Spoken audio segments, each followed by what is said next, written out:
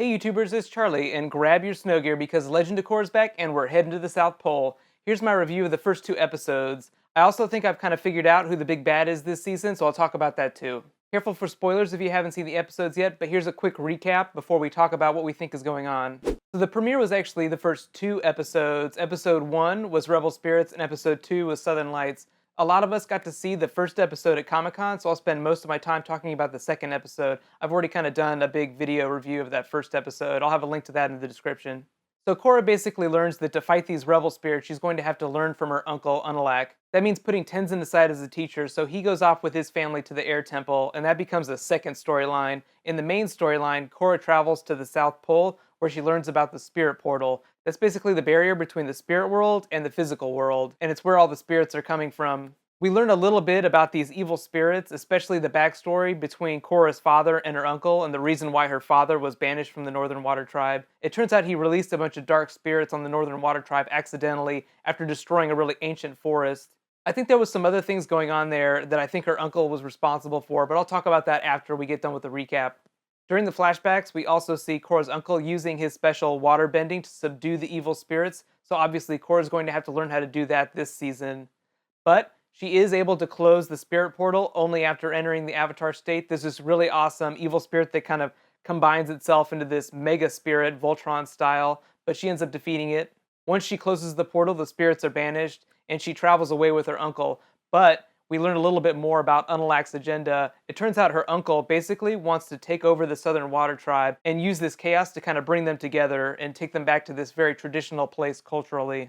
If you've seen my video for the first episode, then you know that Korra's uncle really hates the fact that everything has become so modern, and he really wants to take things back to a much more spiritual time, like when the avatars of the past lived.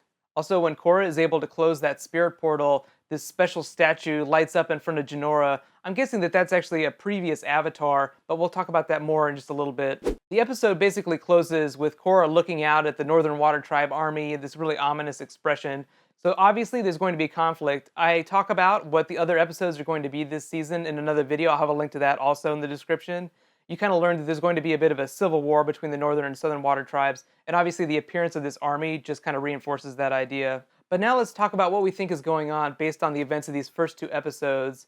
First off, I'm calling it right here. Korra's uncle UNALAQ is totally responsible for these evil spirits, and he is either controlling them or responsible for setting them free.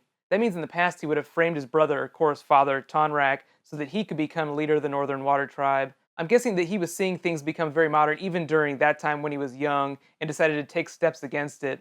So obviously he probably studied and learned about how to bring dark spirits into the physical world and then just use the destruction of the Force to kind of further that agenda. So obviously the events in the Southern Water Tribe in these first two episodes just kind of reinforce that idea a little bit too. Let me know what you think, but I think he's kind of giving off this Emperor Palpatine vibe, where he's basically trying to be this benevolent teacher to, Korra, Anakin Skywalker, but we're going to find out eventually, I'm sure, that he's really just behind all these evil spirits. And what was up in Airbender Temple with JINORA and that statue? Obviously, in a lot of the trailers, we see JINORA and Korra kind of meditating and going back into the spirit world. I'm guessing that they're going to spend a lot of time this season in the spirit world, either physically or astrally projecting themselves through meditation. Obviously, JINORA is a big part of that, otherwise we wouldn't have seen her scenes mirrored with Korra's scenes when she was closing the portal. But I'm guessing that it either has something to do with that statue or with the actual spirit portal, so they'll probably be using one of those two things to travel back and learn from Wan. They actually go back in the 5th and 6th episodes. They're both called Beginnings Part 1 and 2. That's where Korra starts to learn from Wan, the first avatar. But even if Korra's uncle is responsible for all this chaos and these evil spirits, why does Korra need to go back in time to learn from Wan? Obviously, I'm guessing her uncle is going to be the driving force in that, and he's going to push her to bring the spirit world more into the physical world. But let me know what you think. Either way, we're going to be seeing a lot more of the spirit world this season, which I'm really excited about because Korra and Avatar before it showed a little bit of the spirit world, but now we're just going full on, so it's going to be awesome. But now let's talk about my second favorite thing on the show so far, Bolin and his new girlfriend, Aubrey Plaza, or should I say Besna. So Bolin is actually going to get a lot more scenes this year, largely due to PJ Byrne being awesome and the animators and the creators just making this character so amazing.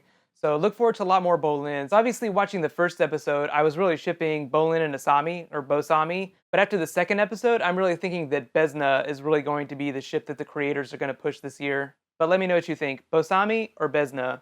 So I'll be doing new Korra videos every week for each episode. Be sure to subscribe to get them. I'll be posting them around this time every week. You can also follow me on Tumblr. I post a lot of GIFs during the episodes, so look there for some laws. If you really want to help me out, then please like and share this video. You can click here to watch all my other Legend of Korra BookTube videos, as well as reviews, previews, and my thoughts on the series so far. And you can click here to get all my Attack on Titan reviews. Thank you so much for watching. Korra's back. High fives, everyone.